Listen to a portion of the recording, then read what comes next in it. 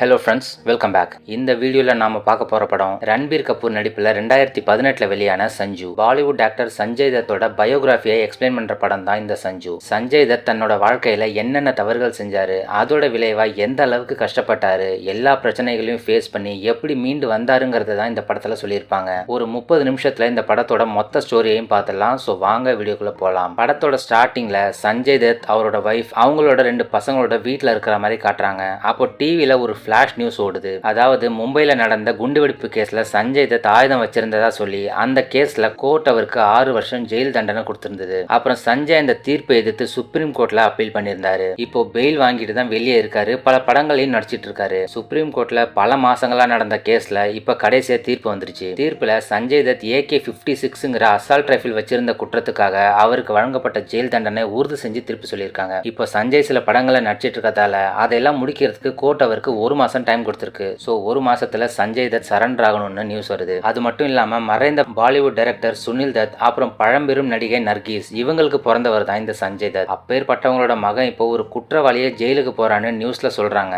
இத பத்தி மக்கள்கிட்ட கருத்தும் கேட்கறாங்க. இவனுக்குலாம் 5 வருஷம் ஜெயில் பத்தாது, இது மாதிரி தீவிரவாதிகளை எல்லாம் சுட்டு கொல்லணும், தூக்கிலே போடணும் அப்படின்னு மக்கள் கோவமா பேசிட்டு இருக்காங்க. சஞ்சயோட 2 சின்ன பசங்களும் இந்த நியூஸை பார்த்துட்டு இருக்காங்க. சஞ்சய் யோசிக்கிறாரு, அடுத்த வருஷம் எப்படியும் பசங்களை ஸ்கூல்ல சேர்த்துருவாங்க. கூட படிக்கிற பசங்க எல்லாம் கண்டிப்பா கேட்பாங்க, என்ன உன்னோட தீவிரவாதி அப்பா எங்க இருக்கான், ஜெயில இருக்கானா அப்படின்னு கேட்பாங்க. எங்க அப்பா ஜெயில இருக்காருன்னு சொல்றதை விட எங்க அப்பா செத்துட்டாருன்னு சொல்றது அவங்களுக்கு கொஞ்சம் பெட்டரா கௌரவமா இருக்கும்னு நினைச்சு சஞ்சய் ஒரு லெட்டர் எழுதி வச்சுட்டு மாடியில இருந்து கீழே குதிக்கலான்னு போறாரு. அதுக்குள்ள அவர் வைஃப் வந்து தடுத்துறாங்க. நீங்க செத்தா உங்க பிரச்சனை சால்வ் ஆயிடும், ஆனா அப்பயும் நம்ம பசங்களை தீவிரவாதியோட பசங்கன்னு தான் எல்லாரும் முத்திர குத்துவாங்க. முதல்ல நம்ம இந்த பிரச்சனையை எதிர்த்து போராடணும், நம்ம தரப்பு நியாயத்தை வெளியே எடுத்து சொல்லணும், அதுக்கு உங்களை பத்தின ஒரு சுயசரிதை எழுதி வெளியிடணும்னு சொல்றாங்க. எல்லாரும் என்ன தீவிரவாதியை நம்புறாங்க. என்னோட சுயசரிதை எழுத எந்த ரைட்டர் முன் வருவாங்கன்னு சஞ்சய் கேட்கிறாரு. நாம முயற்சி பண்ணலாம், யாராவது ஒருத்தர் உங்களை பத்தி புரிஞ்சுப்பாங்கன்னு சொல்லி சஞ்சயோட வைஃப் அவங்கள சமாதானப்படுத்துறாங்க. அடுத்ததா வின்னி டயஸ்ங்கிற ஒரு லேடி ரைட்டரை பத்தி தெரிஞ்சுக்கிட்டு சஞ்சயோட வைஃப் அவங்கள போய் பார்க்க சொல்றாங்க. வின்னி ஒரு உலக புகழ் பெற்ற சிறந்த எழுத்தாளர், லண்டனை சேர்ந்தவங்கன்னு அவங்க சொல்றாங்க. சஞ்சயும் அந்த ரைட்டரை போய் பார்க்கறாரு. அவங்க என்ன சொல்றாங்கன்னா, உங்க வைஃப் எனக்கு கால் பண்ணதுக்கு அப்புறம் நான் உங்களை பத்தி வெளியே விசாரிச்சேன், எல்லாரும் உங்களை ஒரு தீவிரவாதின்னு சொல்றாங்கன்னு அவங்க சொல்லவும் சஞ்சய் சொல்றாரு, நீங்க விசாரிச்ச ஆளுங்கலாம் யாரு, அவங்களுக்கு என்ன பத்தி என்ன தெரியும், என் கூட பேசியிருக்காங்களா, பழகிருக்காங்களா, கிடையவே கிடையாது. எல்லாரும் நியூஸை பார்த்துட்டு தான் அப்படி சொல்றாங்க. இந்த நியூஸ் ஆங்கர்ஸ், மீடியா பர்சன்ஸ் இவங்களுக்குலாம் ஒரு நியூஸை உருவாக்கணும், அவங்க டிஆர்பியை ஏற்றணுங்கிற நோக்கத்தோட தான் ஆதாரம் இல்லாத நியூஸை பரப்பிட்டு இருக்காங்க. என்னோட சைட்ல இருக்கிற நியாயத்தை, உண்மையை எழுதி அதை மக்களுக்கு தெரியப்படுத்துறதுக்கு ஒரு நல்ல ரைட்டர் எனக்கு வேணும். நீங்க எனக்கு ஒரு 1 மணி நேரம் டைம் கொடுங்க, நான் என்னோட ஸ்டோரியை சொல்றேன், அதை கேட்டதுக்கு அப்புறமா எழுதலாமா எழுத வேணாமாங்கிறத நீங்க முடிவு பண்ணிக்கோங்க அப்படின்னு சொல்லி சஞ்சய் அவங்ககிட்ட கையெடுத்து கும்பிட்டு கேட்கிறாரு. அவங்களும் மனசு இறங்கி சரி நாளைக்கு ஈவினிங் இதே இடத்துல மீட் பண்ணலாம் அப்படின்னு சொல்லி சஞ்சய்க்கு அப்பாயின்மெண்ட் கொடுத்துறாங்க. அடுத்த நாள் காலையில அந்த ரைட்டர் வாக்கிங் போயிட்டு இருக்கும்போது ஒரு ஆள் அவங்கள வந்து மீட் பண்றாரு. இவர் பேரு ஜுபின் மிஸ்ட்ரி. இவர் தன்னை ஒரு ரியல் எஸ்டேட் பில்டர்னு சொல்லி அறிமுகப்படுத்திக்கிறாரு. இந்தியாவில் அமிதாப் பச்சன்ல இருந்து சச்சின் டெண்டுல்கர் வரைக்கும் ஏகப்பட்ட பிரபலங்கள் இருக்காங்க. அப்படி இருக்கும்போது உங்களுக்கு சுயசரிதை எழுத ஒரு தீவிரவாதி தான் கிடைச்சானா அப்படின்னு கேட்டு அவங்கள்ட்ட ஒரு நியூஸ் பேப்பரை காட்டுறாரு. அதுல இந்த ரைட்டர் தான் சஞ்சய் தத்தோட சுயசரிதை எழுத போறதா நியூஸ் போட்டிருக்கு. அதை பார்த்து அவங்களுக்கு செமையா கோவம் வருது. இது ஒரு ஃபேக் நியூஸ்னு சொல்றாங்க. அவன் ஆளே ஒரு ஃபேக் தான் மேடம், ஓவரா போதை மருந்து யூஸ் பண்ணுவான், சரியான ரவுடி பைய, ஏகப்பட்ட பொண்ணுங்க கூட தொடர்பு வச்சிருக்கான், அவட மாதிரி ஒரு மோசமான அவளோட சுயசரிதைலாம் நீங்க எழுதாதீங்கன்னு சொல்லி அவரோட விசிட்டிங் கார்டை கொடுத்துட்டு போறாரு. அடுத்ததா இந்த ரைட்டர் கோவமா சஞ்சய் வீட்டுக்கே போயிடுறாங்க. அந்த நியூஸ் பேப்பரை காட்டி நான் உங்க கதையை முதல்ல கேட்டுட்டு அப்புறம் முடிவு பண்றேன்னு சொல்லியிருந்தேன், ஆனா அதுக்குள்ள மீடியாவுக்கு ஏன் இப்படி நியூஸ் கொடுத்தீங்கன்னு அவங்க கேட்க, நான் நியூஸ் கொடுக்கல மேடம், இந்த மீடியா ஆளுங்களுக்கு இதே தான் வேலை, என் வீட்டு கேட்டுக்கிட்டே நின்றுட்டு இருப்பானுங்க, நான் எங்க போனாலும் ஃபாலோ பண்ணுவானுங்க, நான் உங்களை மீட் பண்ணேன்னு தெரிஞ்சதும் இப்படி நியூஸ் போட்டானுங்க. இதே நான் ஒரு டாக்டரை போய் பார்த்திருந்தா சஞ்சய்க்கு ஏதோ உடம்பு சரியில்லைன்னு போடுவானுங்க, ஒரு நடிகை போய் பார்த்திருந்தா அவங்களுக்கும் எனக்கு ஏதோ தொடர்பு இருக்குன்னு போடுவாங்க. அவங்களுக்கு நியூஸ் பேப்பர் நிறைய விற்கணும், உண்மை என்னங்கிறத பத்திலாம் அவங்களுக்கு கவலை கிடையாது, அவங்களுக்கு தேவை பரபரப்பான ஒரு ஹெட்லைன் அப்படின்னு சொல்லி சஞ்சய் எக்ஸ்பிளைன் பண்றாரு. அந்த ஜுபின் கொடுத்த விசிட்டிங் கார்டை காமிச்சு இவன் உங்களுக்கு தெரியுமான்னு இவங்க கேட்க, அட இவனா, இவன் என்னோட பழைய ஃப்ரெண்டாச்சு, என்னோட கதையில முக்கியமான கேரக்டர் இவன் தான் சொல்லி சஞ்சய் தன்னோட கதையை சொல்ல ஆரம்பிக்கிறாரு. 1981ல சஞ்சய் அவரோட முதல் படத்தை நடிச்சாரு. அவரோட அப்பா சுனில் தத் தான் அந்த படத்தை டைரக்ட் பண்ணாரு. ஷூட்டிங் ஸ்பாட்ல சஞ்சய்க்கு சரியா நடிக்க வரலன்னு அவரோட அப்பா நடிச்சு காட்டுறாரு. அப்ப கூட அவர் என்ன பண்றாருன்னா, அப்பா பார்க்காதப்ப அவரோட க்ளோஸ் ஃப்ரெண்டு ஜுபின் கிட்ட சிகரெட்டை வாங்கி ஸ்மோக் பண்றாரு. அப்புறம் அப்பா சொல்லி கொடுத்தபடி சஞ்சய் நல்லாவே நடிக்கிறாரு. அப்பா அவரை பாராட்டலான்னு கிட்ட வராரு. அப்ப சஞ்சய் ஸ்மோக் பண்ணிருக்காருன்னு கையை ஸ்மெல் பண்ணி பார்த்து கண்டுபிடிச்சி எல்லாரும் முன்னாடி நல்லா திட்டி விட்டுறாரு. அப்புறம் சஞ்சய் ஃப்ரெண்டு கூட பப்ல இருக்காரு. அப்பாட்ட மாட்டிக்காத மாதிரி எப்படி ஸ்மோக் பண்றதுன்னு அந்த ஃப்ரெண்டு ஜுபின் ஐடியா கொடுக்குறான். அப்பா எல்லாரும் முன்னாடியும் திட்டாருன்னு சஞ்சய் வருத்தப்படுறாரு. அப்போ அந்த ஜுபின் ஒரு போதை மருந்து கொடுத்து இதை யூஸ் பண்ணா கவலையெல்லாம் மறந்து வானத்திலேயே மிதக்கலாம், நிறைய கான்பிடன்ஸ் வரும்னு சொல்றான். அவனும் ஒரு பாக்கெட் எடுத்து அதை யூஸ் பண்ணி காட்டுறான். அதை பாக்குற சஞ்சயும் அந்த போதை மருந்தை யூஸ் பண்றாரு. போதையில ஃப்ரெண்ட்ஸ் கூட ஆடி பாடுறாரு. இப்படியே லேட் நைட் ஆயிடுது. அது வரைக்கும் ஏத்தன போத பத்தல போல. ஃப்ரெண்ட்ஸ் கூட சரக்கு வாங்கி அடிக்கலாம்னு பார்த்தா லேட் நைட் ஆயிட்டதுனால பார் எல்லாம் க்ளோஸ் பண்ணிட்டாங்க. சரக்குக்கு என்ன பண்றதுன்னு அந்த ஃப்ரெண்டு கேக்குறான். எனக்கு ஒரு இடம் தெரியும், நான் ஏற்பாடு பண்றேன்னு சொல்ற சஞ்சய் தூங்கிட்டு இருக்கிற அவர் கேர்ள் ஃப்ரெண்டுக்கு கால் பண்ணி உங்க அப்பா வீட்டுல தானே இருக்காரு, இன்னும் 5 நிமிஷத்துல உங்க வீட்டுக்கு வரேன்னு சொல்றாரு. சஞ்சயோட கேர்ள் ஃப்ரெண்ட் பேரு ரூபி. ரொம்ப நாளா 2 பேரும் லவ் பண்ணிட்டு இருக்காங்க. இது ரூபியோட அப்பா அம்மா கூட தெரியும். தான் ஒரு படத்துல நடிச்சு சக்சஸ்ஃபுல்லா கரியர்ல செட் ஆனதுக்கு அப்புறம் தான் உங்க வீட்டுக்கு வந்து பொண்ணு கேட்பேன்னு சஞ்சய் சொல்லியிருப்பாரு. ஒரு வழியா இப்பயாவது வரணும்னு தோணுச்சேன்னு ரூபி அவங்க அப்பா அம்மாட்ட சொல்லி சந்தோஷப்படுறாங்க. சஞ்சயும் ஒரு ஃப்ரெண்டும் வீட்டுக்கு வந்துடுறாங்க. அந்த வீட்டுல ஹால்ல ஒரு சின்னதா பார் மாதிரி ஒரு செட்டப் இருக்கு. தேவையானப்ப அவங்க அப்பா சரக்கு அடிக்க அப்படி வச்சிருக்காரு. இவர்கிட்ட சரக்கு கேட்டு வாங்கிட்டு போலான்னு தான் 2 பேரும் வந்திருக்காங்க. ஆனா ரூபி அவங்க பேரண்ட்ஸும் ஏதோ கல்யாண விஷயம் பேசதான் இவர் வந்திருக்காருன்னு நினைச்சு அந்த டோன்லயே பேசுறாங்க. அப்புறம் ஒரு வழியா ரூபி அப்பாவோட பர்மிஷனே இல்லாம சரக்கு பாட்டில் எடுத்து 2 பேரும் குடிச்சிடுறாங்க. அது மட்டும் இல்லாம ரூபியோட அப்பாவையும் கடுப்பேத்துற மாதிரி சஞ்சய் பேசுறாரு. இதனால ரொம்ப கடுப்பான ரூபியோட அப்பா 2 பேரையும் வெளியே போக சொல்லிடுறாரு. இவங்களும் சரக்கு பாட்டில் எடுத்துட்டு போயிடுறாங்க. நைட்டு ஃபுல்லா ஃப்ரெண்ட்ஸ் கூட சேர்ந்து குடிச்சிட்டு சஞ்சய் காலையில வீட்டுக்கு போறாரு. அங்க ஒரு அப்பா அவரை கூட்டு பேசுறாரு. நேத்து ஷூட்டிங் ஸ்பாட்ல எல்லாரும் முன்னாடியும் திட்டினதுக்கு சாரி கேக்குறாரு. அதோட தயவு செஞ்சு உன்னோட ஒர்க்ல கான்சென்ட்ரேட் பண்ணு சஞ்சய். உன்னோட ஃபர்ஸ்ட் படம் நல்லபடியா வரணும். உங்க அம்மா அதை பார்த்து பெருமைப்படணும். உன்னோட அடுத்த படத்தை பார்க்க அவ உயிரோட இருப்பாளானே தெரியாது, ஏன்னா அவளுக்கு கேன்சர் இருக்குன்னு சொல்லி அப்பா ஒரு மெடிக்கல் ரிப்போர்ட் எடுத்து கொடுக்குறாரு. அம்மாவுக்கு கேன்சர்னு உடனே சஞ்சய் ரொம்ப வருத்தப்படுறாரு. ஏன் யாரும் என்கிட்ட சொல்லலன்னு கேக்குறாரு. இந்த விஷயம் உனக்கு தெரிஞ்சா நீ ரொம்ப வருத்தப்படுவ, அது உன்னோட கரியரை பாதிக்கும்னு நினைச்சுதான் அவனுக்கு தெரியக்கூடாதுன்னு அவ சொல்லிட்டா. அவளோட ட்ரீட்மெண்ட்காக நாங்க அமெரிக்கா போறோம். நீயும் இந்த விஷயம் உனக்கு தெரிஞ்ச மாதிரி காட்டிக்காத, அவ ரொம்ப வருத்தப்படுவா. அவ நல்லா இருக்கிற மாதிரி உன்ட்ட எப்படி நடிக்கிறாளோ அதே மாதிரி உனக்கு இந்த விஷயம் தெரியாத மாதிரி நீ நடிக்கணும்னு அப்பா சொல்றாரு. அம்மாவுக்கு இப்படி ஒரு வியாதி இருக்கிறதுனால சஞ்சய் தனியா உட்காந்து ரொம்ப அழுறாரு. அந்த போதை மருந்து விற்கிற ஃப்ரெண்டு ஜுபின் கிட்ட இதை பத்தி சொல்றாரு. அவனும் ஒரு சோக கதையை சொல்றான். எனக்கு 18 வயசா இருக்கும்போது எங்க அப்பா அம்மா ஆக்சிடென்ட்ல செத்துட்டாங்க. இந்த கடவுள் இருக்காரு எல்லாருக்கும் இந்த மாதிரி ஒரு வழியை கொடுப்பாரு, அதோட சேர்த்து வலிக்கு மருந்தையும் கொடுப்பாருன்னு சொல்லி புதுசா ஒரு போதை மருந்து கொடுக்குறான். இதை எடுத்து நாக்குக்கு அடியில வச்சுக்கோ, எல்லா வலியும் குறைஞ்சிரும்னு சொல்றாராம். அதுக்கான காசையும் சஞ்சய்ட்ட வாங்கிக்கிறான். சஞ்சயும் உடனே அந்த போதை மருந்து எடுத்துக்கிறாரு. போக போக அவரு போதை மருந்துக்கு அடிக்ட் ஆயிடுறாரு. அமெரிக்காவுக்கு போன சஞ்சயோட அம்மா ட்ரீட்மெண்ட்க்கு அப்புறமா கோமா ஸ்டேஜுக்கு போயிடுறாங்க. சஞ்சய் அவரு தங்கச்சிங்களோட அம்மாவை பார்க்க அமெரிக்கா போறாரு. அங்க போனதுக்கு அப்புறமும் அம்மா கூடவே இருந்து அக்கறையா பாத்துக்காம அங்கேயும் உட்காந்து ட்ரக்ஸ் யூஸ் பண்ணிட்டு இருக்காரு. ஒரு நாள் நைட்டு யாரோ ஒரு ஆள் சந்தேகப்படுற மாதிரி இருக்கிறாரு.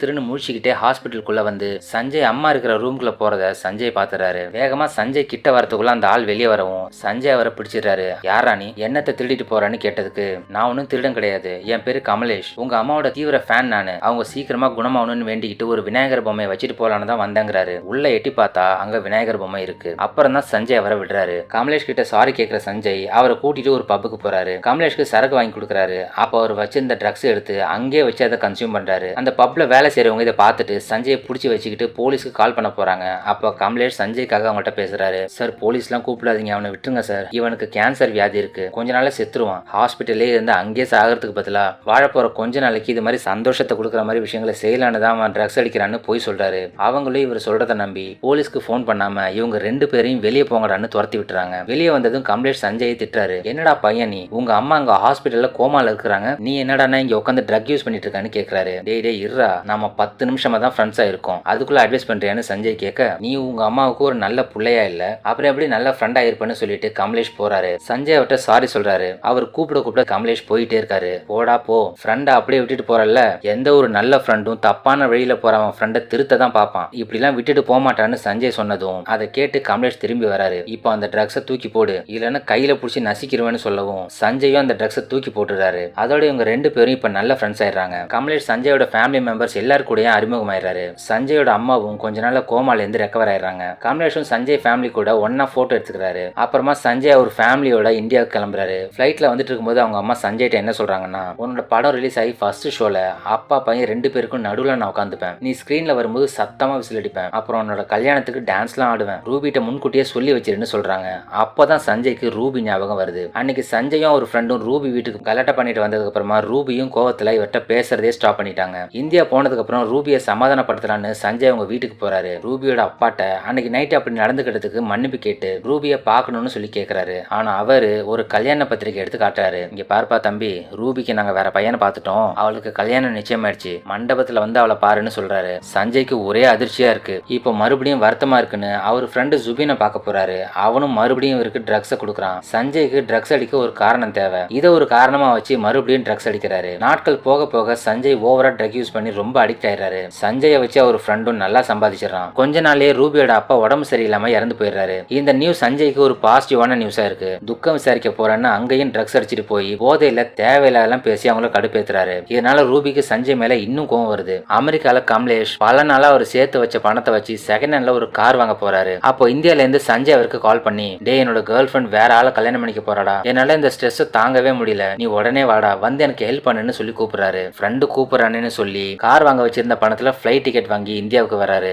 சஞ்சய்க்காக ரூபிட்ட பேசுறதுக்கு போறாரு. அங்க ரூபி கூட அவங்க கல்யாணம் பண்ணிக்க போறவரும் இருக்காரு. கமலேஷ் ரூபிட்ட சஞ்சயை பத்தி நல்ல விதமா நிறைய விஷயங்கள் பேசுறாரு. சஞ்சய் உன்னோட நினைப்பிலே தான் இருக்கான் ரூபி, ஏதோ தெரியாம தப்பு பண்ணிட்டான், அவன் இப்ப திருந்திட்டான், நீ ட்ரக்ஸையே தொட மாட்டேன்னு முடிவு பண்ணிட்டான், முன்ன பின்ன தெரியாத இந்த ஆளை கல்யாணம் பண்ணிக்கிறதுக்கு பதிலா உன்னை பத்தி நல்லா புரிஞ்சுக்கிட்ட சஞ்சய் கல்யாணம் பண்ணிக்கிட்டா உன்னோட லைஃப் சந்தோஷமா இருக்கும்னு சொல்லி ரூபிய கமலேஷ் பிரைன் வாஷ் பண்றாரு. சஞ்சயோட நல்ல மனசு உனக்கு புரியும் நினைக்கிறேன், இந்த அமெரிக்கா மாப்பிள்ளை எல்லாம் கல்யாணம் பண்ணிக்காத, நாளை காலையில ரெஜிஸ்டர் ஆபீஸ் வந்துரு, உனக்கும் சஞ்சய்க்கும் அங்க கல்யாணம்னு சொல்லிட்டு கமலேஷ் போயிடுறாரு. கமலேஷ் பேசினதை கேட்டு ரூபி மனசு மாறுறாங்க. அடுத்த நாளே சஞ்சயை பார்க்க ரெஜிஸ்டர் ஆபீஸ் போறாங்க. ரொம்ப நேரம் வெயிட் பண்ணியும் அவரை காணோம். அதே நேரம் வீட்டுல சஞ்சய் ட்ரக்ஸ் அடிச்சிட்டு அரைக்குறை கல்யாண காஸ்டியூம்ல பாத்ரூம்ல டான்ஸ் ஆடிட்டு இருக்காரு. நீ எல்லாம் திருந்தவே மாட்டடா, எப்படியாவது போன்னு சொல்லிட்டு கமலேஷ் வெளியே வந்தா ரூபி சஞ்சயை தேடி சஞ்சய் வீட்டுக்கே வந்துட்டாங்க. சஞ்சய் இப்படி போதையில நிக்கிறத பார்த்துட்டு செம்ம கோவம் வருது அவங்களுக்கு. சஞ்சய் இப்ப இருக்கிற போதையில அவர் என்ன செய்யறாருன்னு அவருக்கு தெரியல. ரூபியும் கோச்சிட்டு வெளியே வந்துடுறாங்க. கமலேஷ் ரூபிட்ட மன்னிப்பு கேட்கிறாரு. அவன் திருந்திட்டான்னு நினைச்சுதான் உங்களை வர சொன்னேன், ஆனா அவன் திருந்தவே மாட்டான் போல, நீங்க போங்க நான் அவனை பாத்துக்கிறேன்னு சொல்லிடுறாரு. ரூபியும் அழுதுகிட்டே கிளம்பி போயிடுறாங்க. அன்னைக்கு நைட்டு கமலேஷ் குடிச்சிட்டு சஞ்சயோட அப்பாட்ட போய் பேசுறாரு. உங்க பையன் இந்த மாதிரி ட்ரக்ஸுக்கு அடிமையாகி தன்னோட வாழ்க்கையை அழிச்சிட்டு இருக்கான் சார், போற போக பார்த்தா உங்க ஒய்ஃப்க்கு முன்னாடி அவன் செத்துருவான் போல இருக்கு, முடிஞ்ச அளவுக்கு முயற்சி பண்ணியும் என்னால அவனை திருத்தவே முடியல, அடுத்து நீங்க தான் ஏதாவது செய்யணும் சார், தயவு செஞ்சு அவனை காப்பாத்துங்க, ஒரு அப்பாவா இல்லாம ஒரு ஃப்ரெண்டா இருந்தா அவன்கிட்ட பேசுங்கன்னு சொல்லி ரொம்ப உருக்கமா கேட்டுக்கிறாரு. அப்புறமா கமலேஷ் கிளம்பி அமெரிக்கா போயிடுறாரு. அன்னைக்கு ரொம்ப ஓவரா ட்ரக்ஸ் யூஸ் பண்ண சஞ்சய் போதையில தூங்கினவர் தான் 2 நாள் கழிச்சு தான் எந்திரிக்கிறாரு. அப்பா வந்து அவர்கிட்ட, உங்க அம்மா இப்ப மறுபடியும் கோமாக்கு போயிட்டா, அவ இப்ப ஹாஸ்பிட்டல் இருக்கா, ஆனா நீ அது கூட தெரியாம போதையில 2 நாளா தூங்கிட்டு இருக்கன்னு சொன்னதும் சஞ்சய் ஷாக் ஆக்குறாரு. அதோட அமெரிக்கால ஒரு மறுவாழ்வு மையம் இருக்கு, அங்க போய் உன்னோட ட்ரக் அடிக்ஷனுக்கு ட்ரீட்மெண்ட் எடுத்துக்கோன்னு அவர் சொல்லவும் சஞ்சய் சொல்றாரு, நான் எங்கேயும் போக மாட்டேன், நான் ஹாஸ்பிட்டல்ல அம்மா கூடவே இருந்து நான் பாத்துக்க போறேன்னு சொல்லி அடம் பிடிக்கிறாரு. சரினா உங்க அப்பாவும் அவரை ஃபோர்ஸ் பண்ணாம விட்டுறாரு. ஆனா இனி ட்ரக் யூஸ் பண்ண கூடாதுன்னு சஞ்சய்கிட்ட ப்ராமிஸ் பண்ண வச்சிருக்காரு. சஞ்சய் சொன்னபடி ஹாஸ்பிட்டல்ல அவங்க அம்மா கூடவே இருக்காரு. ஆனா ரொம்ப நாளைக்கு அவரால் கண்ட்ரோல் பண்ண முடியல. மறுபடியும் இன்ஜெக்ஷன் மூலமா ட்ரக்ஸ் எடுத்துக்கிறாரு. போதை தலைக்கேறி உட்காந்துட்டு இருக்காரு. அப்ப அவங்க அம்மா கண் முழிச்சு அவரை கூப்பிடுறாங்க. இவரும் கிட்ட போறாரு. அவங்க இவரை பார்த்து ஸ்மைல் பண்ணிட்டு கொஞ்ச நேரத்திலேயே இறந்துடுறாங்க. சஞ்சயோட படத்தை ஃபர்ஸ்ட் ஷோ பார்த்து பெருமைப்படணும்னு நினைச்சவங்க அவரோட படம் ரிலீஸ் ஆகிறதுக்கு முன்னாடியே இறந்துட்டாங்க. கொஞ்ச நாள்ல சஞ்சயோட ஃபர்ஸ்ட் படம் ராக்கி ரிலீஸ் ஆகுது. பிரீமியர் ஷோல சஞ்சயோட அப்பா சஞ்சய் அம்மாவுக்காக ஒரு சீட்டை விடுறாரு. அதுல அவங்களோட ஆன்மா உட்காந்து தான் மகனோட படத்தை பாப்பாங்கன்னு அவர் நம்புறாரு. இதை பார்த்து சஞ்சய்க்கு குற்ற உணர்ச்சியா இருக்கு. அம்மா சொன்ன வார்த்தைகள் அவர் காதுல கேக்குது. எழுந்து வெளியே போயிடுறாரு. அம்மாவுக்கு தான் ஒரு நல்ல மகனா இல்லன்னு உணர்ந்து வருத்தப்பட்டு அழறாரு. அப்போ அப்பா வந்து என்னன்னு கேக்குறாரு. அம்மா சாகிறதுக்கு முன்னாடி கண் முழிச்சாங்கப்பா, அதுவும் உண்மைதானா இல்ல போதையில எனக்கு அப்படி தோணுச்சான்னு கூட கன்ஃபார்மா தெரியலப்பா, எது உண்மை எது பொய்னே தெரியாத நிலைமையில நான் இருக்கேன், எனக்கு ஹெல்ப் பண்ணுங்கப்பா, நான் ட்ரக்ஸை விடணும்னு நினைக்கிறேன், நான் வாழணும்னு நினைக்கிறேன், என்ன காப்பாத்துங்கன்னு கேட்டு அழறாரு. உடனே அப்பாவும் சஞ்சய் அமெரிக்கால இருக்கிற அந்த மறுவாழ்வு மையத்துக்கு ட்ரீட்மெண்ட்காக கூட்டிட்டு போய் சேர்க்கிறாரு. சஞ்சய்க்கு ட்ரீட்மெண்ட் ஸ்டார்ட் ஆகுது. ட்ரக்ஸ் ஸ்டாப் பண்ணதால அவர் உடம்பெல்லாம் நடுங்க ஆரம்பிக்குது. அவரும் அவரை கண்ட்ரோல் பண்ண என்னென்னமோ பண்ணி பாக்குறாரு. ட்ரக்ஸ் இல்லாம இருக்கிறது அவருக்கு ரொம்ப கஷ்டமா பெரிய கொடுமை அனுபவிக்கிற மாதிரி இருக்கு. ஒரு ஸ்டேஜ்ல அவரால் ட்ரக்ஸ் இல்லாம அங்க இருக்கவே முடியல. அந்த சென்டர்ல இருந்து தப்பிச்சு வெளியே போயிடுறாரு. ட்ரக்ஸ் விற்கிற ஆளுங்களை கண்டுபிடிச்சு அவங்கள்ட்ட ட்ரக்ஸ் கேட்கறாரு. இவர்கிட்ட காசு இல்லனால அவங்க ட்ரக்ஸ் கொடுக்க மாட்டாங்க. அப்புறம் யாரையாட்டையும் லிஃப்ட் கேட்டு டிராவல் பண்றாரு. சில நேரம் பிச்சை எடுத்து காசு சேர்த்து நியூயார்க்ல இருக்கிற ஒரு ஃப்ரெண்டு கமலேஷ் வீட்டுக்கு போயிடுறாரு. கமலேஷ் வீட்டுல கொஞ்சம் ட்ரிங்க்ஸ் பாட்டெல்லாம் இருக்கு. போதையத்தை அட்லீஸ்ட் அதையாவது குடிக்கலாம்னு எடுத்து குடிக்க பார்க்கும்போது பார்த்தா சஞ்சயோட அப்பாவும் அங்கதான் இருக்காரு. அப்பா ஒரே ஒரு தடவை குடிச்சிட்டு நான் போயிடுறேன்ப்பா அப்படின்னு சஞ்சய் கெஞ்சி கேட்கிறாரு. அவர் அப்பாவும் சரின்னு சொல்லி அவரே ஊத்தி கொடுக்கறாரு. சஞ்சய் இதை குடிச்சிட்டு இருக்கும்போது அப்பா ஒரு கேசட்டை போட்டு பிளே பண்றாரு. உங்க அம்மா ஹாஸ்பிட்டல்ல இருக்கும்போது இதை உனக்காக ரெக்கார்ட் பண்ணி அனுப்புனான்னு சொல்றாரு. அவங்க அம்மா சஞ்சய்க்காக பேசி வச்சது பிளே ஆகுது. சஞ்சய் சினிமா ஃபீல்ட்ல எவ்வளவு பெரிய அச்சீவரா வரணும், நல்ல பேர் எடுக்கணும்னு அவரை நினைச்சு எவ்வளவு பெரிய கனவெல்லாம் அம்மாவுக்கு இருந்ததுங்கிற மாதிரி அவங்க அதுல பேசியிருக்காங்க. அதை கேட்க கேட்க சஞ்சய்க்கு ஒரே அழுகையா வருது. அம்மாவோட ஆசையை எப்பாடுபட்டாவது நிறைவேற்றணும்னு முடிவெடுக்கிறாரு. அதுக்கு முதல்ல இந்த ட்ரக்ஸை விடணும். வேகமா எழுந்து அந்த கேசட்டை எடுத்துட்டு கிளம்புறாரு. கமலேஷ் அவருக்கு வழி செலவுக்கு பணம் கொடுக்கறாரு. அதை வாங்கிட்டு நேரா அந்த ட்ரக்ஸ் விற்கிற ஆள்கிட்ட போய் காசை கொடுக்கறாரு. அவன் காசை வாங்கிட்டு ட்ரக்ஸை நீட்டுறான். ஆனா அவர் அதை வாங்கல. அவன்கிட்ட இருந்த டேப் ரெக்கார்டரை வாங்கிக்கிறாரு. ஏன்னா அந்த கேசட்டை பிளே பண்ணி கேட்கறதுக்காக. தொடர்ந்து டிராவல் பண்றாரு. அவருக்கு எப்பெல்லாம் ட்ரக்ஸ் அடிக்கணும்னு தோணுதோ அப்பெல்லாம் அந்த எண்ணத்தை டைவர்ட் பண்ண அந்த கேசட்டை போட்டு கேட்கிறாரு. அம்மாவோட வாய்ஸை கேட்கும்போது அவங்க இவர் கூடவே இருந்து இவரை என்கரேஜ் பண்ற மாதிரி இவருக்கு ஃபீல் ஆகுது. தொடர்ந்து டிராவல் பண்ணி அந்த மறுவாழ்வு மையத்துக்கு போயிடுறாரு. டான்ஸ் தெரப்பில கலந்துக்கிறாரு. டாக்டர் இவரை பார்த்துட்டு, பரவாயில்லையே பாதியில ஓடி போய் இவ்வளவு சீக்கிரம் வந்தது நீ ஒருத்தன் தான், பெரிய சாதனை தான்ப்பா இது அப்படின்னு சொல்லி அவரை பாராட்டுறாரு. அந்த சென்டர்ல இவங்க அம்மாவோட வாய்ஸ் தான் இவருக்கு துணையா இருக்கு. அங்க இந்த ட்ரீட்மெண்ட்டுக்கு வந்தவங்களுக்கு எல்லாம் நிறைய டாஸ்க் கொடுக்குறாங்க. அதெல்லாம் சஞ்சய் அவங்க அம்மா துணையோட சக்சஸ்ஃபுல்லா செஞ்சு முடிக்கிறாரு. நாட்கள் போக போக அவர்கிட்ட நல்ல முன்னேற்றம் தெரியுது. அவர் சோர்ந்து போகும்போதெல்லாம் அவங்க அம்மா வாய்ஸ் அவரை உற்சாகப்படுத்துது. இந்த போதை பழக்கத்துல இருந்து வெளியே வந்தே ஆகணும்னு, அம்மாவுக்காக இதை செஞ்சே ஆகணும்னு அவருக்குள்ள ஒரு வெறி உண்டாகுது. கடைசியில அவர் நினைச்சதை முடிச்சு சாதிச்சிட்டாரு. 18 மாசம் ட்ரீட்மெண்ட் முடிஞ்சு இப்போ ஒரு புது மனுஷனா வெளியே வந்துட்டாரு. இப்ப அவர் திரும்பி இந்தியாவுக்கு கிளம்பணும். கமலேஷ் சஞ்சய் அப்பாவுக்கு போன் பண்ணி, சஞ்சய் மறுபடியும் மனசு மாறதுக்கு வாய்ப்பு இருக்குப்பா, அப்படி அவன் மறுபடியும் ட்ரக்ஸ் ஆரம்பிச்சிட்டான்னா அவன் சாவறதுக்கு கூட வாய்ப்பு இருக்குன்னு டாக்டர் சொல்லியிருக்காரு. சோ அவனை கெட்ட சகவாசத்து கூட சேர விடாம பாத்துக்கோங்கன்னு சொல்றாரு. சஞ்சய் அவர் வீட்டுக்கு ரீச் ஆகுறாரு. அங்க போய் பார்த்தா இவர் வராருன்னு முன்கூட்டியே தெரிஞ்சுக்கிட்டு அந்த ட்ரக்ஸ் அப்ளை பண்ற சுபின் அவரை பார்க்க வந்திருக்கான். சஞ்சய் அப்பாவும் தங்கச்சிங்களும் இதை பாத்துறாங்க. சஞ்சய் மறுபடியும் ட்ரக்ஸ் யூஸ் பண்ணுவானு தங்கச்சிங்க பயப்படுறாங்க. அப்போ அப்பா சொல்றாரு, எத்தனை நாளைக்கு தான் நாமளே அவனை ஸ்டாப் பண்ணிட்டு இருக்க முடியும், இனி இந்த விஷயத்துல வாழ்வா சாவான்னு அவனே முடிவெடுக்கட்டும், நாம போலான்னு அவர் சொல்றாரு. சுபின் சஞ்சயை தனியா கூட்டிட்டு போய், மார்க்கெட்ல புதுசா ஒரு சரக்கு வந்திருக்குப்பா, உனக்காக தான் கொண்டு வந்தேன்னு சொல்லி 2 பாக்கெட் எடுத்து அதுல ஒன்னு சஞ்சய்கிட்ட கொடுத்துட்டு இன்னொன்னு அவனுக்காக வச்சுக்கிறான். அப்போ சஞ்சய் அவர்கிட்ட இந்த பாக்கெட்டை சுபின்கிட்ட கொடுத்துட்டு அவன் கையில வச்சிருந்த பாக்கெட்டை புடுங்கிறாரு. டேய், அது எனக்கான பவுடர்டா, கொஞ்சம் ஸ்ட்ராங்கா இருக்கும், இதை எடுத்துக்கோ அப்படின்னு சுபின் கொஞ்சம் பதட்டமா சொல்றான். பரவாயில்லடா, இன்னைக்கு ஒரு நாள் தானே, ஒன்னும் ஆகாதுன்னு சஞ்சய் சொல்றாரு. அப்போ சுபின் சஞ்சய் கையில இருந்த பவுடரை புடுங்க பாக்குறான். சஞ்சய் அவனை தள்ளி விட்டுட்டு அந்த பவுடரை வாயில கொட்டிக்கிறாரு. பார்த்தா அது வெறும் குளுக்கோஸ் பவுடர். அப்படின்னா இவ்வளவு நாளா சுபின் சஞ்சய் முன்னாடி ட்ரக்ஸ் அடிக்கிற மாதிரி இந்த குளுக்கோஸ் பவுடர் சாப்பிட்டுட்டு சஞ்சய்க்கு மட்டும் உண்மையான ட்ரக்ஸை வித்துட்டு இருக்கான். சஞ்சயை ட்ரக்ஸுக்கு அடிமையாக்குறது மூலமா தொடர்ந்து அவர்கிட்ட ட்ரக்ஸை விற்கிறது தான் இவன் வேலையா இருந்திருக்கு. ஃப்ரெண்டுங்கிற பேர்ல பணத்துக்காக ஒரு துரோகியா இருந்திருக்கான். சஞ்சய்க்கு செம கோவம் வந்துருது. சுபினை போட்டு செம அடி அடிக்கிறாரு. ஒன்னாலதான்டா என்னோட 5 வருஷம் வேஸ்டா போச்சு, ஒன்னாலதான் எங்க அப்பா என்ன நினைச்சு வருத்தப்பட்டு தூக்கம் இல்லாம கஷ்டப்பட்டு இருக்காரு, ஒன்னாலதான் என்னோட ரூபி என்னை விட்டு போயிட்டான்னு சொல்லி அடிச்சு அவனை விரட்டுறாரு. சஞ்சயோட அப்பாவும் இதை பார்த்துட்டு நிம்மதி அடைகிறாரு. இது வரைக்கும் சஞ்சயோட கதையை கேட்டுட்டு இருந்த அந்த ரைட்டர் அவங்களே அறியாம கண் கலங்கிறாங்க. நான் உங்க கதையை கேட்டு இம்ப்ரெஸ் ஆயிட்டேன் சஞ்சய், கண்டிப்பா உங்க பயோகிராஃபியை நான் எழுதுறேன்னு சொல்லி ப்ராமிஸ் பண்ணிட்டு நாம மறுபடியும் சந்திப்போம்னு சொல்லிட்டு போயிடுறாங்க. அடுத்ததான் அந்த ரைட்டர் சுபினுக்கு கால் பண்ணி, உன்னை பத்தின விஷயம் வெளியே வந்துடக்கூடாதுன்னு தான் சஞ்சய் பயோகிராஃபியை எழுத வேணான்னு சொன்னியான்னு கேக்குறாங்க. ஓஹோ, அவன் என்னை பத்தி உங்கள்கிட்ட தப்பா இதை சொல்லியிருக்கான் போல இருக்கு. அவன் உண்மையாவே நல்லவனா இருந்தா அவனோட க்ளோஸ் ஃப்ரெண்ட் கமலேஷ் 20 வருஷமா ஏன் அவன்கிட்ட பேசவே இல்லைன்னு கேட்டு பாருங்க, அப்ப தெரியும் உண்மைன்னு அவன் சொல்றான். கமலேஷ் நம்பரையும் அனுப்பி வைக்கிறான். அவங்க உடனே கமலேஷ்க்கு கால் பண்ணி, உங்க ஃப்ரெண்டு சஞ்சயோட பயோகிராஃபியை நான் தான் எழுத போறேன், அது சம்பந்தமா எனக்கு சில டீடைல்ஸ் வேணும்னு இவங்க கேட்க,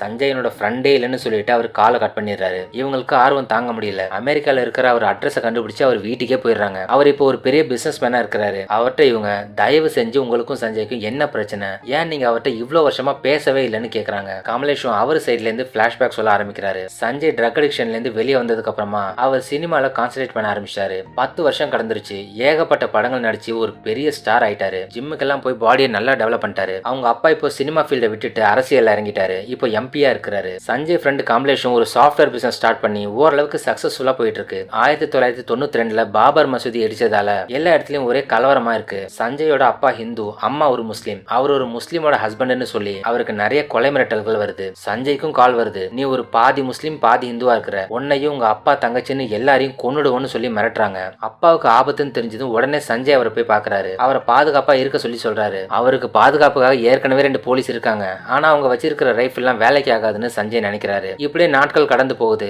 1993ல மும்பைல பெரிய கலவரம் நடக்குது. பாபர் மசூதியை இடிச்சதோட தாக்கமா மும்பைல 12 இடத்துல வெடிகுண்டு வெடிச்சு நூத்துக்கணக்கான மக்கள் இறந்து போறாங்க. அப்பாவுக்கு வந்த கொலை மிரட்டலை தொடர்ந்து அவர் மேல 2 தடவை அட்டாக் பண்ண முயற்சியும் நடந்திருக்கு. அதுல எப்படியோ அவர் தப்பிச்சிட்டாரு. சஞ்சய் அவர் அப்பாவுக்கு போலீஸ்ல ஸ்பெஷல் ப்ரொடெக்ஷன் கேட்டதுக்கு அவங்க தரமாட்டேன்ட்டாங்க. சஞ்சய் அப்பாவோட பாதுகாப்புக்காக அசால்ட் ரைஃபிள் வாங்கலான்னு முடிவெடுத்து அவருக்கு கிடைச்ச சில இல்லீகல் லிங்க் மூலமா AK-56ங்கிற அசால்ட் ரைஃபிளை இல்லீகலா வாங்கி அவர் கார் டிக்கில வச்சிடுறாரு. அதுக்கப்புறம் வெடிகுண்டு தாக்குதல் தொடர்பா போலீஸ் இன்வெஸ்டிகேஷன்ல சஞ்சய்க்கு ரைஃபிள் வித் ஆளுங்களும் மாட்டிக்கிறாங்க. அவங்க நிறைய பேர்ட்ட ரைஃபிள் வித்திருப்பாங்க. போற போக்குல சஞ்சய் கிட்டையும் ரைஃபிள் வித்தோம்னு போட்டு கொடுத்துறாங்க. இந்த இன்ஃபர்மேஷனை வச்சு போலீஸ் சஞ்சயையும் அரெஸ்ட் பண்ணி விசாரிக்கிறாங்க. இந்த நியூஸ் பேப்பர்லயும் வருது. ஃப்ரெண்ட் அரெஸ்ட் பண்ணிட்டாங்கன்னு தெரிஞ்ச உடனே கமலேஷ் அமெரிக்கால இருந்து இந்தியா வந்துடுறாரு. சஞ்சய் அப்பாட்ட என்ன நடந்துச்சுன்னு விசாரிச்சு தெரிஞ்சுக்கிறாரு. 10 வருஷத்துக்கு முன்னாடி சஞ்சய போதை மருந்துகிட்ட இருந்து காப்பாத்த போராடணும், இப்போ சட்டத்துக்கிட்ட இருந்து காப்பாத்த போராடுறோம், இந்த போராட்டத்துல நீயும் என்னோட துணைக்கு இருக்கணும் அப்படின்னு சஞ்சய் அப்பா கமலேஷ்ட கேட்டுக்கிறாரு. சஞ்சய பெயில் எடுக்கிறதுக்காக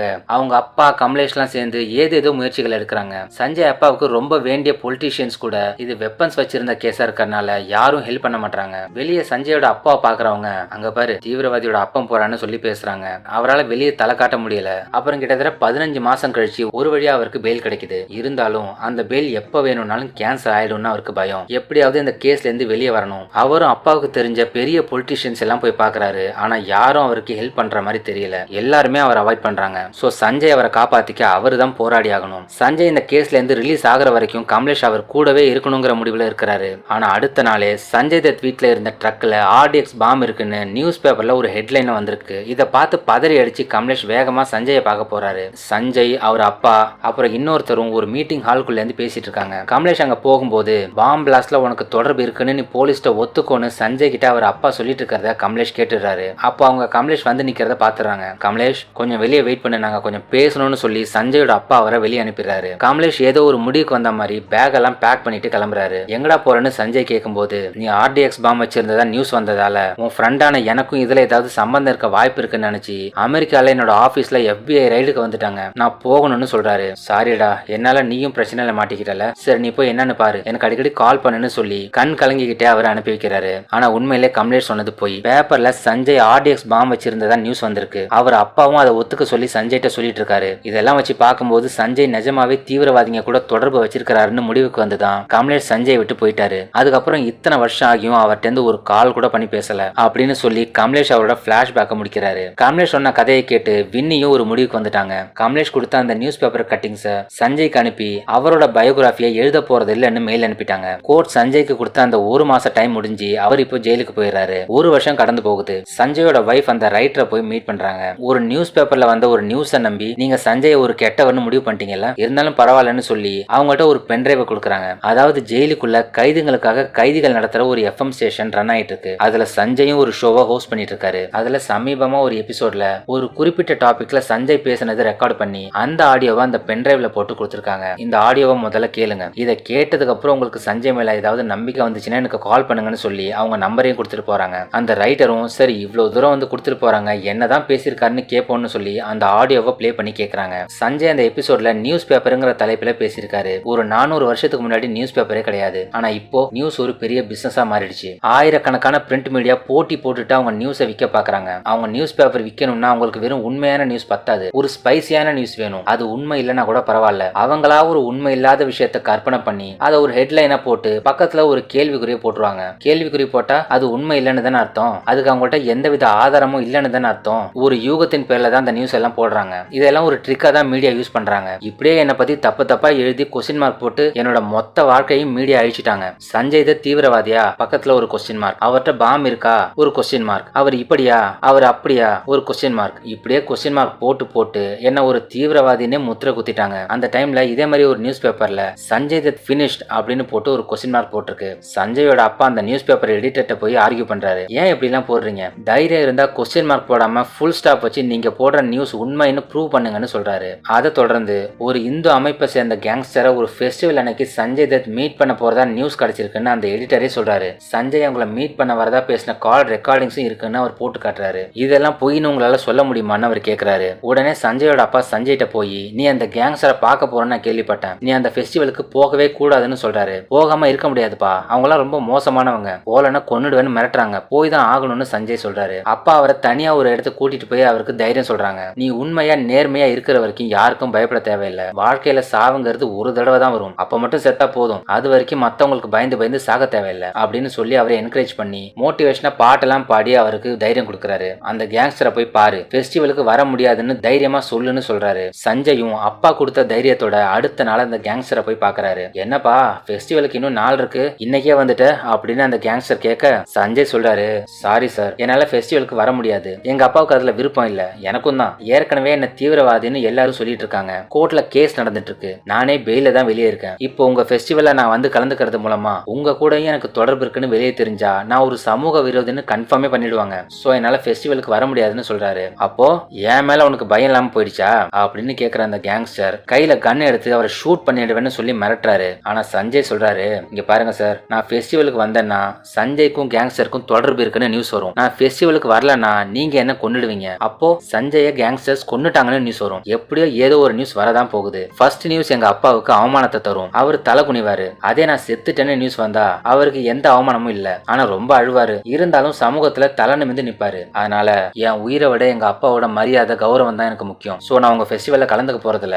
என்ன சுட்டு கொள்றதா இருந்தா கொண்டுக்கோங்க அப்படின்னு சஞ்சய் பேசுறாரு. அந்த கேங்ஸ்டரும் எதுவும் பேசாம அப்படியே நிக்கிறாரு. சஞ்சய் அவங்கள்ட்ட சாரி சொல்லிட்டு கிளம்பிடுறாரு. அவங்களையும் வேற தடுக்கல, போக விட்டுறாங்க. கொஞ்ச நாளுக்கு அப்புறம் அந்த ஃபெஸ்டிவல் நடந்து முடியுது. ஃபெஸ்டிவலை முடிச்ச கையோட அந்த கேங்ஸ்டர் ஆளுங்களோட ஷூட்டிங் ஸ்பாட்டுக்கு வந்து சஞ்சயை மீட் பண்றாரு. நீ என் பேச்ச மீறி போனதுக்கு உன்னை கொன்னுடலான்னு தான் இருந்தேன், இருந்தேன். ஆனா பெத்த அப்பாவுக்கு உன்னால ஒரு அவமானம் வந்துடக்கூடாதுன்னு உன் உயிரே போனாலும் ஃபெஸ்டிவலுக்கு வரமாட்டேன்னு சொன்ன பாத்தியா, எனக்கு உன்னை ரொம்ப பிடிச்சிருக்கு. இன்னைக்கு ஃபெஸ்டிவல்ல உன் மேல இருக்கிற கேஸ் எல்லாம் சீக்கிரம் முடியணும்னு நான் கடவுள்கிட்ட வேண்டிக்கிட்டேன். இந்தா பிரசாதம் கொண்டு வந்திருக்கேன் அப்படின்னு சொல்லி சஞ்சய்கிட்ட கொடுத்துட்டு அவர் கிளம்பிடுறாரு. ஒரு வழியா இந்த பிரச்சனை முடிஞ்சது. ஒரு பக்கம் சஞ்சயோட கேஸ் கோர்ட்ல நடந்துட்டு இருந்தாலும் இன்னொரு பக்கம் அவர் நிறைய படங்கள் நடிச்சிட்டு தான் இருக்கிறாரு. அவரோட படங்களும் சக்சஸ்ஃபுல்லா போயிட்டு இருக்கு. ஆனா ஷூட்டிங்க்கு அவர் சரியா டைமுக்கு போகாம டைரக்டர்ஸ் அப்பப்ப அலக்கழிச்சிட்டு இருக்காரு. இத சஞ்சயோட அப்பாவும் தெரிஞ்சுக்கிறாரு. இப்போ மறுபடியும் ஒரு அட்வைஸ் கொடுக்கறாரு. நீ செய்யற வேலையில உண்மையாவும் டெடிகேஷனாவும் இருந்தாதான் வாழ்க்கையில ஜெயிக்க முடியும். உன்னை பத்தி மீடியா தப்பு தப்பா எழுதுறாங்கன்னு சொல்றல, உன்னோட கடமையை கரெக்டா செய்ய ஆரம்பி. நீ உன்னோட துறையில பெருசா சாதிச்சனா அதே மீடியா உன்னை புகழ ஆரம்பிச்சிருவாங்கன்னு சொல்றாரு. ஆனா சஞ்சய் என்ன சொல்றாருன்னா, அவருக்கு வர படங்களோட கதை எல்லாமே அவரை ஒரு கேங்ஸ்டரா ரவுடியா காட்டுற மாதிரி கேரக்டரா தான் இருக்கு. இங்க பாருங்க எத்தனை ஸ்கிரிப்ட் இருக்கு. படத்தோட டைட்டில பார்த்தாலே உங்களுக்கு தெரியும் பாருங்க. அதனாலதான் எந்த படத்துலயும் என்னால இன்வால்வ்மெண்டா இருக்க முடியலன்னு சொல்றாரு. அந்த ஸ்கிரிப்ட்ல முன்னாபா MBBSன்னு ஒரு ஸ்கிரிப்ட் வந்திருக்கு. இந்த படத்துக்கு என்னடா ஸ்கிரிப்ட ஃபுல்லா படிச்சேன்னு அப்பா கேக்குறாரு. சஞ்சய் எந்த ஸ்கிரிப்டையும் சரியா படிக்க மாட்டாரு. ஆனா எல்லாத்தையும் ஃபுல்லா படிச்சுட்டு தான் ரிஜெக்ட் பண்ணேன்னு போய் சொல்றாரு. சரி முன்னாபா MBBS கதை என்னன்னு சொல்லு பாப்போம் அப்படின்னு அவர் கேட்க, இவர் தான் ஸ்கிரிப்ட படிக்கவே இல்லையே, அப்பாவுக்கு என்ன தெரியவா போகுதுன்னு இவரே ஒரு கதையை சொல்றாரு. ஒரு பெரிய ஹாஸ்பிட்டலாம்பா, அங்க ஒரு கொலைகாரன் அடிக்கடி பேஷன்ஸை கொலை பண்ணிட்டு இருக்கானா, கிட்னி எல்லாம் திருடுறானா, இதெல்லாம் ஒரு கதையா அப்படின்னு அவர் சொல்றாரு. டேய், நான் இந்த ஸ்கிரிப்ட படிச்ச வரைக்கும் இந்த படத்துல கொலை எல்லாம் வரலன்னு அப்பா சொல்றாரு. நீங்க எப்பப்பா இந்த ஸ்கிரிப்ட படிச்சீங்கன்னு சஞ்சய் கேட்க, இந்த படத்துல உன்னோட அப்பா கேரக்டருக்கு நான் தாண்டா நடிக்க போறேன், முதல்ல இந்த ஸ்கிரிப்ட ஃபுல்லா படி, கண்டிப்பா இந்த படம் சக்சஸ்ஃபுல்லா வரும்னு அவர் சொல்றாரு. சரின்னுட்டு முன்னாபா MBBSங்கிற அந்த படத்தை ஒத்துக்கிட்டு சஞ்சய் நடிக்கிறாரு. அவரோட அப்பாவும் கூடவே இருந்து அவருக்கு சொல்லி கொடுத்து நல்லா நடிக்க வைக்கிறாரு. ரிலீஸ் ஆனதுக்கு அப்புறம் முன்னாபா MBBS படம் பெரிய அளவுல ஹிட் ஆகுது. சிறந்த நடிகருக்கான அவார்டு அந்த வருஷம் சஞ்சய் தத்துக்கு இந்த படத்துக்காக கிடைக்குது. அந்த அவார்டு ஃபங்க்ஷன்ல நிறைய மீடியா பர்சன்ஸ் வந்திருக்காங்க. சஞ்சய் தத்தோட கரியர் பினிஷ்டு நியூஸ் போட்ட அந்த நியூஸ் பேப்பர் எடிட்டரும் அங்க வந்திருக்காரு. இப்போ அவர் சொல்றாரு, எனக்கு அப்பவே தெரியும் சார், சஞ்சய் கண்டிப்பா சாதிச்சிருவார்னு தெரியும் சார் அப்படிங்கிறாரு. அது சரி, சஞ்சய் தத்தோட கரியர் பினிஷ்னு போட்டு கொஸ்டின் மார்க் போட்டீங்கல்ல, இப்போ சஞ்சய் இஸ் பேக்னு போடுங்க, ஆனா கொஸ்டின் மார்க் இல்லாம போடுங்கன்னு அப்பா சொல்றாரு. இந்த படத்து மூலமா சஞ்சய்க்கு நல்ல புகழ் கிடைக்குது. சஞ்சயை இப்போ எல்லாரும் முன்னாபாய்னு கூப்பிடுறாங்க. அங்க பாரு முன்னாபாயோட அப்பா போறாருன்னு சிலர் சொல்றதை கேட்டு அவர் அப்பாவுக்கு ஒரே பெருமையா இருக்கு. ஒரு தடவை இவரை பார்த்துட்டு தீவிரவாதியோட அப்பம் போறான் பாருன்னு சிலர் சொன்னப்போ கார் கண்ணாடியை ஏத்தி விட்டு முகத்தை மறைச்சிட்டு இருப்பாரு. இப்போ முன்னாபாய் அப்பான்னு சொல்லும் போது பெருமையா கண்ணாடியை இறக்கி விட்டு தலை நிமிந்து பாக்குறாரு. மீடியாக்காரங்க எல்லாம் இவரை நல்லபடியா புகழ்ந்து எழுதுறாங்க. அப்பா சஞ்சய்கிட்ட சொல்றாரு, ரெண்டாவது முறையா உன்னை நினைச்சு என்ன பெருமைப்பட வச்சிருக்கேன்னு சொல்றாரு. அப்ப முதல் முறை எப்போன்னு கேக்குறீங்களா, சஞ்சயோட வீட்டுல ஆடியக்ஸ் இருக்கிறதா பேப்பர்ல நியூஸ் வந்துச்சுல, அன்னைக்குதான். அந்த கதையை அப்புறமா சொல்றேன்னு சஞ்சய் ரேடியோல சொல்லிட்டு இருக்காரு. இதை கேட்டுட்டு இருக்க அந்த ரைட்டருக்கு ஒரு சந்தேகம். சஞ்சயோட வீட்டுல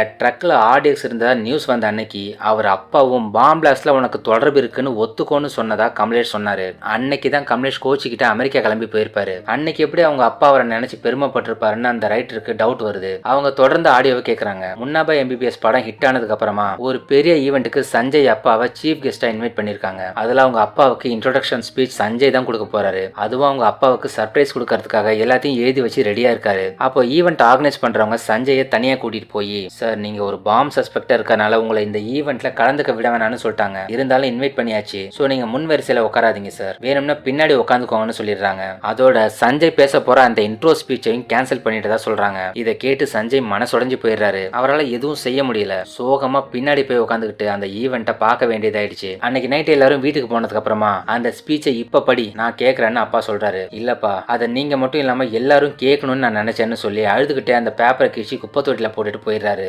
அப்பாவுக்கும் ஒரே வருத்தமா போச்சு. சஞ்சயோட அப்பா அன்னைக்கு நைட்டு தூங்கினவரு அடுத்த நாள் எந்திரிக்கவே இல்ல, தூக்கத்திலே இறந்துட்டாரு. அப்பாவோட இழப்பை நினைச்சு சஞ்சய் ரொம்ப வருத்தப்பட்டு அழுகுறாரு. அப்பா உயிரோட இருக்கும் போதே அந்த ஸ்பீச்சை படிச்சிருக்கலான்னு சஞ்சய் இப்ப ஃபீல் பண்றாரு. கீழ்ச்சி போட்ட அந்த பேப்பர்ஸ் எல்லாம் எடுத்து ஒட்ட வச்சு அதை அப்பாவோட பாக்கெட்ல வைக்கிறாரு. அந்த பேப்பர்ல என்ன எழுதியிருந்தாருன்னு சஞ்சய் கற்பனையா அப்பா முன்னாடி படிக்கிற மாதிரி நமக்கு காட்டுறாங்க. என்னோட யங் ஏஜ்ல ஒரு பக்கம் அம்மா கேன்சர்ல சாக கலக்குறாங்க, இன்னொரு பக்கம் நான் ட்ரக்ஸுக்கு அடிமையாயிருந்தேன். அப்பா எங்க ரெண்டு பேரையும் காப்பாத்த ரொம்ப போராடினாரு. இன்னைக்கு நான் உயிரோட இருக்கேன்னா அதுக்கு காரணம் எங்க அப்பா தான். அதுக்கு என்னோட நன்றியை சொல்லிக்கிறேன். ஆயுதம் வச்சிருந்த கேஸ்ல இருந்து என்ன காப்பாத்த கோர்ட்டுக்கும் போலீஸ்க்கும் எங்க அப்பா நடையா நடந்தாரு. கேஸ நடத்த அவருக்கு சொந்தமான வீட்டையே வித்தாரு. எல்லாமே எனக்காக தான் பண்ணாரு. அதுக்கு தேங்க்ஸ் சொல்லிக்கிறேன். அப்பா, உங்களை மாதிரி ஒரு அப்பாவுக்கு என்னை விட ஒரு நல்ல பையன், பெட்டரான பையன் மகனா கிடைச்சிருக்கணும். என்ன மாதிரி உங்களுக்கு ஒரு பெரிய சுமையா இல்லாம உங்களை எல்லா விதத்திலையும் பெருமைப்படுத்துற பையன் உங்களுக்கு மகனா கிடைச்சிருக்கணும். ஆனா அப்படியே உலகத்திலே ஒரு நல்ல பையன் உங்களுக்கு மகனா கிடைச்சாலும் என்ன மாதிரி வேற யாராலையும் உங்களை நேசிக்க முடியாது. இதை என்னால உறுதியா சொல்ல முடியும்னு அந்த ஸ்பீச்ல இருக்கு.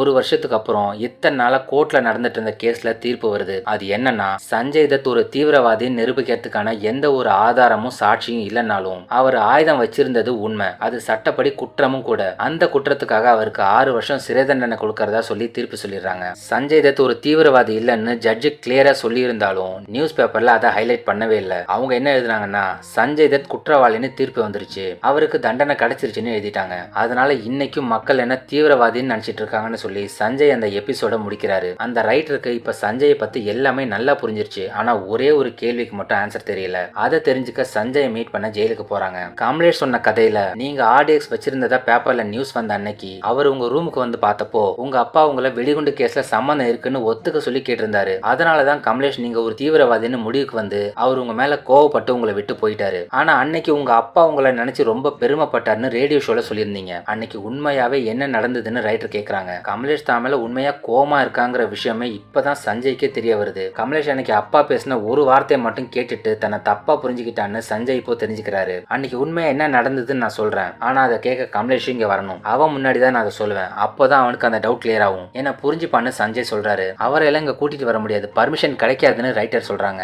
அப்படின்னு ஒண்ணு பண்ணுங்க, எப்படியாவது அவனை கூட்டிட்டு இந்த ஜெயிலோட காம்பவுண்ட் வாழ்க்கிட்ட வந்துருங்க. 88.0ங்கிற ரேடியோ ஃப்ரீக்வன்சியை உங்க கார்லயோ இல்ல போன்லயோ செட் பண்ணிக்கோங்க. அதுதான் எங்க ஜெயில் ரேடியோ ஸ்டேஷனோட ஃப்ரீக்வன்சி நம்பர். அந்த ஃப்ரீக்வன்சில நான் ஜெயில் எஃப்எம் மூலமா ரேடியோல பேசுறேன். கமலேஷ் வரமாட்டேன்னு தான் சொல்வான். ஜூன் 6ஆம் தேதி எங்க அப்பாவோட பிறந்த நாள், அன்னைக்கு நான் கூப்பிட்டேன்னு சொல்லுங்க, கண்டிப்பா வருவான்னு சஞ்சய் சொல்றாரு. அவர் சொன்ன மாதிரியே ஜூன் 6ஆம் தேதி கமலேஷ் இந்தியாவுக்கு வந்துடுறாரு. சஞ்சய் சொன்ன டைம்ல 2 பேரும் கார்ல யாருக்கும் தெரியாம பின்னாடி வழியா ஜெயில் காம்பவுண்ட் கிட்ட வந்து சஞ்சய் சொன்ன அந்த ரேடியோ ஃப்ரீக்வன்சியை செட் பண்றாங்க.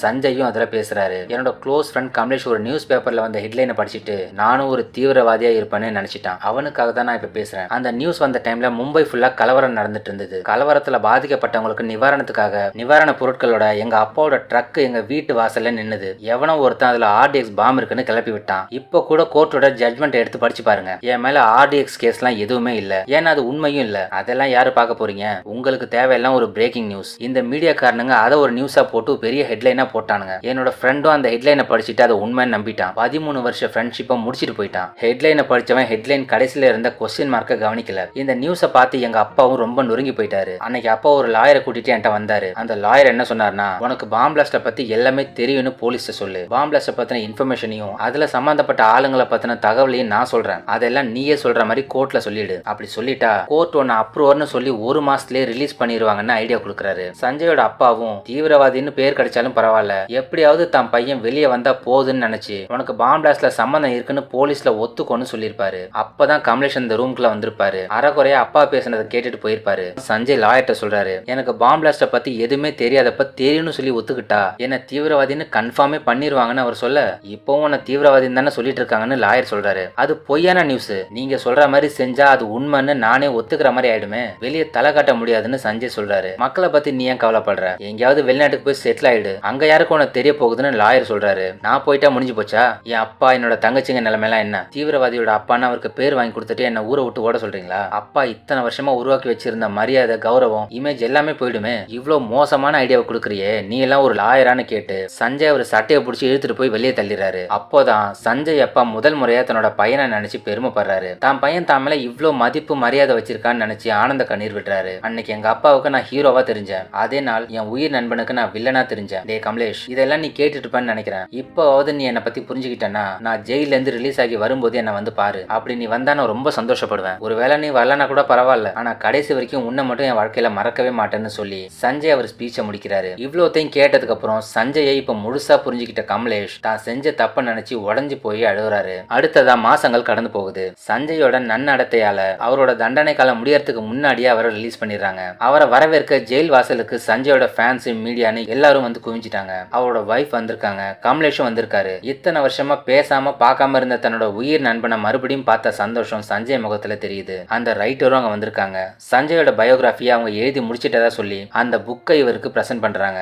சஞ்சய் ரைட்டருக்கு தேங்க்ஸ் சொல்றாரு. ஒரு வழியா எல்லா பிரச்சனையும் முடிஞ்சதுங்கிற நிம்மதியோட ஃப்ரெண்டு கூடயும் ஃபேமிலி கூடயும் சந்தோஷமா சஞ்சய் டைம் ஸ்பெண்ட் பண்றாரு. அண்ட் இதோட இந்த படம் முடியுது. இந்த வீடியோ உங்களுக்கு பிடிச்சிருந்தா லைக் பண்ணுங்க, உங்க ஃப்ரெண்ட்ஸுக்கு இந்த வீடியோவை ஷேர் பண்ணுங்க, மறக்காம மித்ரன் வாய்ஸ் ஓவருக்கு சப்ஸ்கிரைப் பண்ணுங்க. மறுபடியும் உங்களை வேற ஒரு நல்ல படத்தோட மீட் பண்றேன். நன்றி.